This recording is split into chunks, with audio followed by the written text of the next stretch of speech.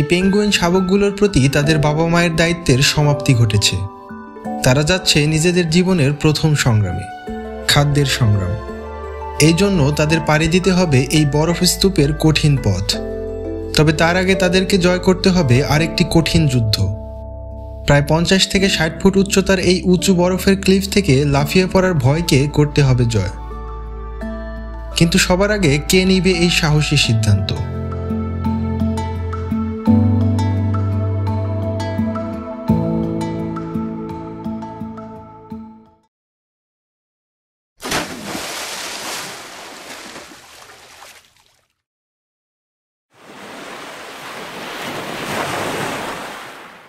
Antarctica পৃথিবীর সবচেয়ে ঠান্ডা মহাদেশ, যেখানে শীতকালে তাপমাত্রা থাকে -60°C। কখনো কখনো তা নেমে যায় -80°C-এরও নিচে।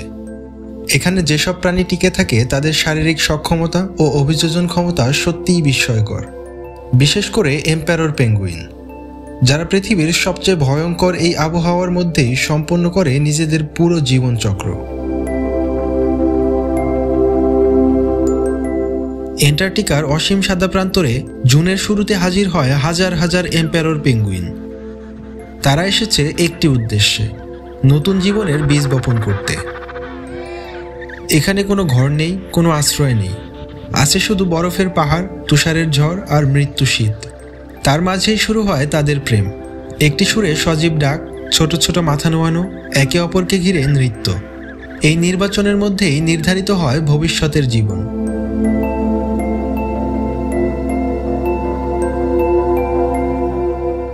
এক মাস পর মা পেঙ্গুইন একটি মাত্র ডিম দেয়।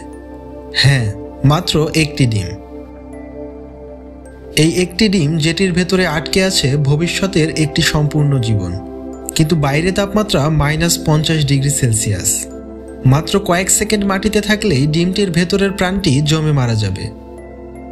তাই সেই মুহূর্ত মা যখন ডিমটি ধীরে ধীরে বাবার পায়ে গড়িয়ে দেয়, সেটি পুরো পেঙ্গুইন জীবনের সবচেয়ে বিপজ্জনক কাজ।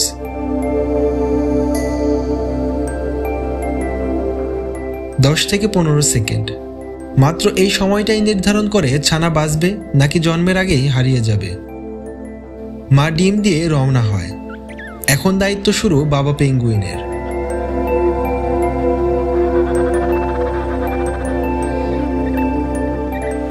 মা চলে যায় খাদ্যের সন্ধানে। বাবার সামনে এখন শুরু হয় পৃথিবীর সবচেয়ে কঠিন পিতৃত্ব পরীক্ষা। পরের 65 থেকে 70 দিন সে একটুও খাবার খাবে না।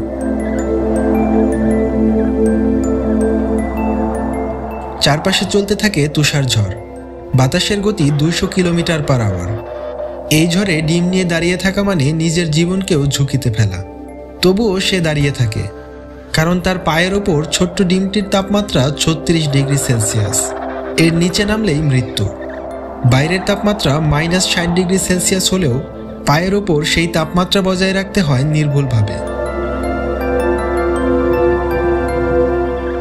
হাজার হাজার পেঙ্গুইন একসাথে হাডল করে একটি জীবন্ত দেয়ালের মতো। বাইরের সারিরা ঝড়কে আটকায়, তারপর ধীরে ধীরে ভেতরের দিকে সরে যায় এবং অন্যরা বাইরে আসে। এই নিখুঁত সিস্টেমই তাদেরকে বাঁচিয়ে রাখে।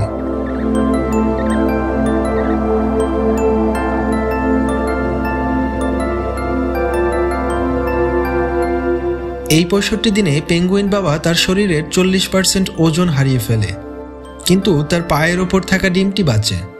এটাই তার পৃথিবীর কাছে সবচেয়ে বড় বিজয়।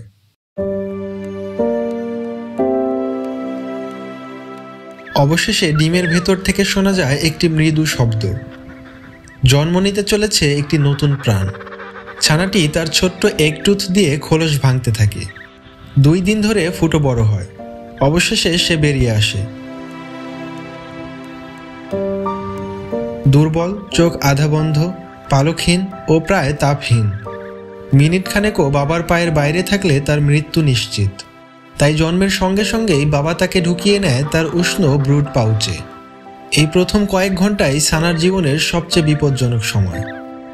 বাইরে বরফ ঝড়, উপরে শিকারী স্কুয়া পাখির নজর আর তীব্র ঠান্ডা। তবুও বাবা তাকে বাঁচিয়ে রাখে।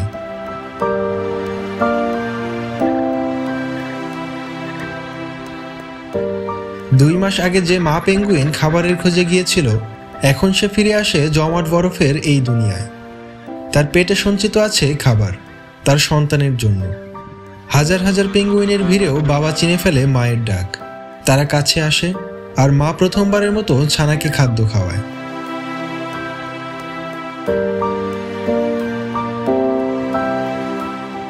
অবশেষে বাবা মুক্তি পায় তার দীর্ঘ উপবাস থেকে।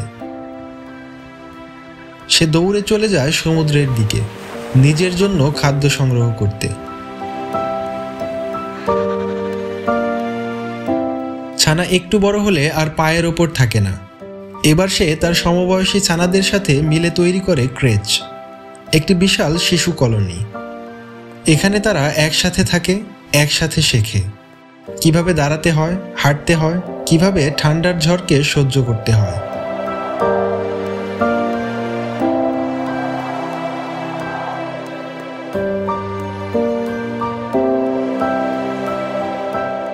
মা বাবা তখন পালা করে খাবার নিয়ে আসে, তবে এখানেও লুকিয়ে থাকে বিপদ।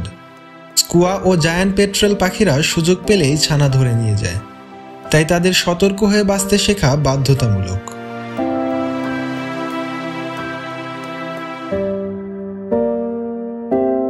ছয় মাস বয়সে ছানার শরীরে গজায় নতুন জলরোধী পালক, যা তাকে প্রস্তুত করে জীবনের সবচেয়ে বড় ধাপের জন্য, সমুদ্রে নামা। এখন আর মা বাবার ওপর নির্ভর করা যাবে না। সমুদ্রে নামার সঙ্গে সঙ্গে শুরু হবে তাদের নিজেদের যুদ্ধ। শিকারী সিল, অর্কা তিমি, প্রচণ্ড ঢেউ, সবকিছুরই মোকাবেলা করতে হবে একা।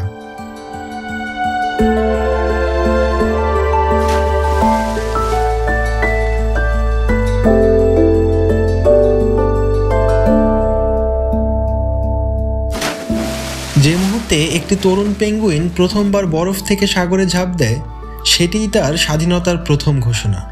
কিন্তু সেই লাফের মধ্যেই লুকিয়ে আছে ঝুঁকি, কারণ সমুদ্রই তাদের জীবন, আবার সমুদ্রই তাদের মৃত্যু।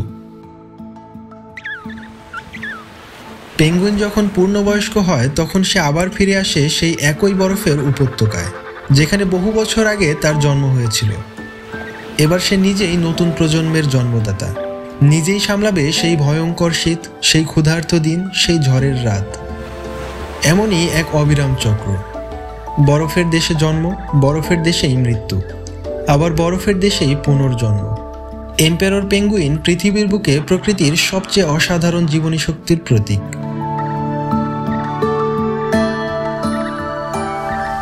যে পৃথিবীতে আমরা বেঁচে আছি, সেই পৃথিবীর কোনায় কোনায় লুকিয়ে আছে অবিশ্বাস্য সব গল্প। কিন্তু এম্পেরর পেঙ্গুইনের গল্পটি হয়তো সবচেয়ে শক্তিশালী, সবচেয়ে হৃদয় বিদারক, সবচেয়ে অনুপ্রেরণাদায়ক। তারা আমাদের শেখায় বাঁচতে চাইলে লড়তে হয়, আর লড়াই যত কঠিন হয়, বিজয় তত মহিমান্বিত।